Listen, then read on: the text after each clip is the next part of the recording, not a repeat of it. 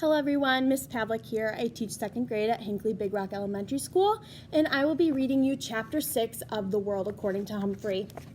Chapter 6 is called Moonlight Madness. I waited until the school was completely quiet. No students, no teachers, no Mr. Morales. Then I got busy because I had a lot of work to do. Big work for a small hamster. First, I took the Moonlighters Club clipping out of my notebook.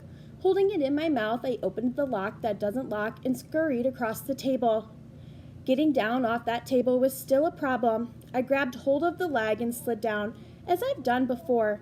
It makes me feel a little queasy in my tummy, but it would be worthwhile if I could get Aldo a girlfriend. I hurried over to the big machine, which was very, very high off the ground. It seemed impossible for me to get up there, but I had it all planned out in my mind. Crawl up the wastebasket. Ooh, I didn't know it would sway like that.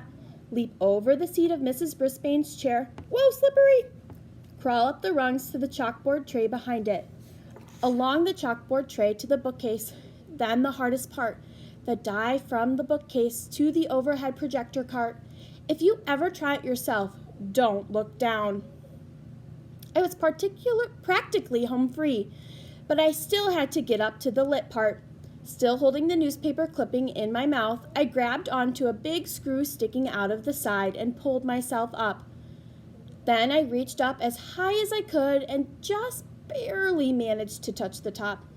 Good thing I've got big muscles because I was able to pull myself up. I was there.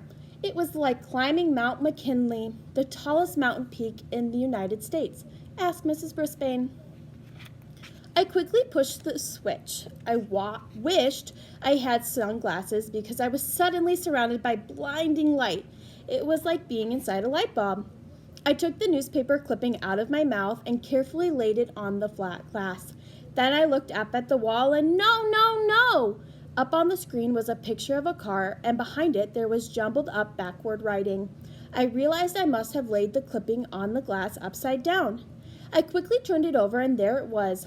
All the information about the Moonlighters Club right there on the wall, with the outline of the car behind it. Aldo would be coming soon, so I hurried back to the cage.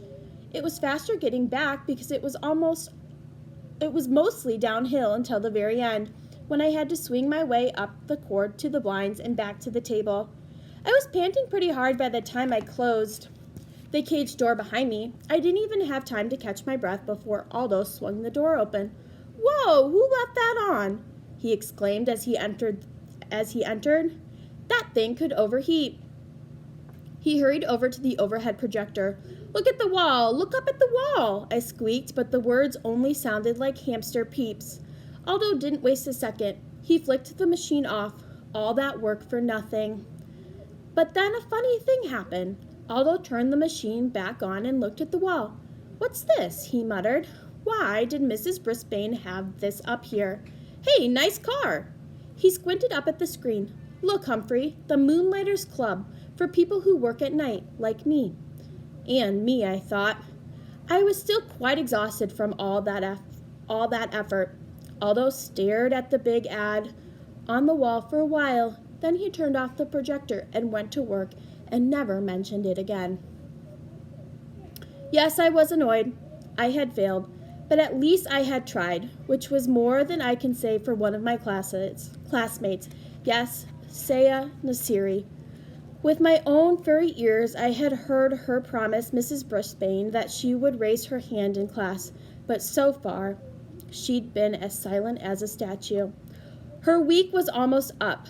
Even though I'd scolded her the day she fed me, she paid no more attention to me than she had to her teacher. You should really listen to your teacher, even Mrs. Brisbane, and you should always listen to your hamster.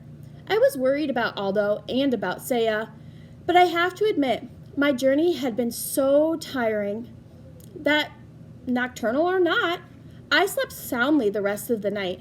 The next day began in a very surprising way. I have something to share with you all, Mrs. Brisbane announced. She held up a postcard with a picture of colorful parrots perched in lush green trees. A postcard from Mrs. McNamara. Mrs. Brisbane would never call her Mrs. Mac. It says, Greetings to my favorite class in the world, room 26. I am now working in a school here in Brazil. This country is beautiful and friendly. I really enjoyed talking with the parrots in the rainforest. I miss you all, especially my pal Humphrey. Love you lots, Miss Mac. Mrs. Brisbane had to say Miss Mac since that's the way the card was signed. Happy, happy, happy. Not only did Miss Mac remember me, she missed me most of all. Oh, and I missed her most of all, too, especially every time I looked at Mrs. Brisbane and she glared back at me. Mrs. Brisbane showed us Brazil on the map, and it's far away. I'd like to be that far away from Mrs. Brisbane. My head was so filled with memories of Miss Mac that I only got 75% on my vocabulary test. After we graded the test in class, Mrs. Brisbane said, "If you got 100% on the test, please raise your hand." That woke me up. What a clever way to get Saya to raise her hand, because she always got 100%. AJ raised his hand, Art raised his hand, Saya just stared down at her desktop. I was starting to get really mad at her. When it was time for map work, Mrs. Brisbane clicked on the overhead projector, and there it was, the Moonlighters Club ad right on the wall. Mrs. Brisbane wrinkled her nose, picked up the paper, and looked at both sides. Then she held it up to the light, and I think maybe she noticed those tiny holes my teeth had made when I carried it over there. Mrs. Brisbane looked over at my cage and wrinkled her nose again. Then she crumbled up the paper and threw it into the wastebasket. She's smart, but she is also mean. She's not the only one. While she went on with her map work, wait for the bell, Garth Tugwell started making some very rude noises. Mrs. Brisbane didn't even turn around. When someone started giggling, she just said, "Stop giggling, Gail." So Garth's rude noises got louder and even ruder. And a lot of other kids giggled along with Gail. Suddenly, the teacher spun around to face them. "Very well. The whole class will stay in during recess for extra vocabulary words," she announced. Everybody groaned. "It's Garth's fault," said Heidi. "Raise your hand," Mrs. Brisbane snapped back. "You will all stay in during recess, unless the person making those noises wants to step forward and admit it."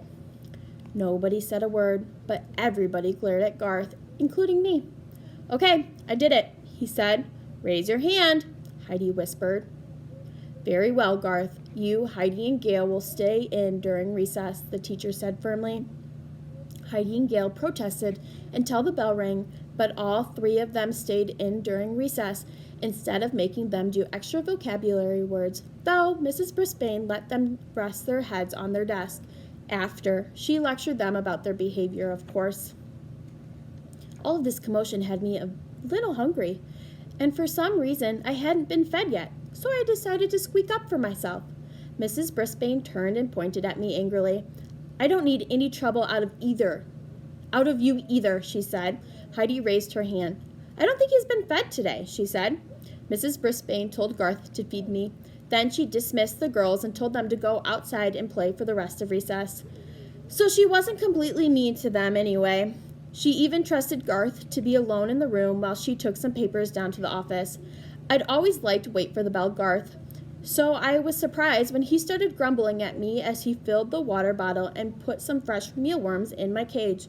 "One of these days you'll get in trouble too," he said. "I'll see to that." "Huh?" I squeaked.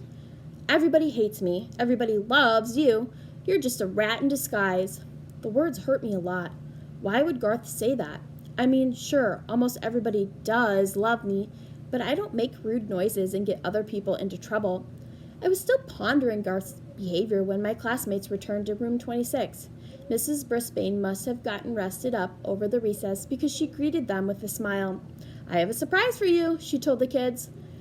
Surprises always get the class's attention. They think surprises are always good. However, I know that surprises can sometimes be bad, like the day Miss Mac left me forever. "We're going to pick who gets to take Humphrey home for the weekend," she explained. "Now, you all know whether or not your parents gave permission for you to bring him home. So if you'd like Humphrey this weekend, raise your hand now." Hey, hey, hey! You should have seen all the hands that went up. I could hardly believe my eyes. Miranda and Heidi and AJ and every single hand in the class except Garth's. Even Saya Nasiri raised her hand. Mrs. Brisbane noticed. "Saya, Do you think it will be all right with your parents? She asked. Saya nodded her head. I can't hear you, said Mrs. Brisbane. Yes, ma'am, said Saya. It was strange to hear her voice in the classroom. Mrs. Brisbane gave her a note to bring back from her family on Friday. I napped the rest of the afternoon, but whenever I woke up and glanced over at Saya's desk, I saw her doing something I'd never seen before. Smiling. Tip number 6. You can leave your hamster alone for a day or two. Otherwise, find a suitable caretaker, or, if possible, take your hamster with you. In its own cage, a hamster can be very portable. And that is the end of Chapter 6. Thank you for tuning in for Chapter 6 of The World According to Humphrey. I look forward to reading the rest of the book.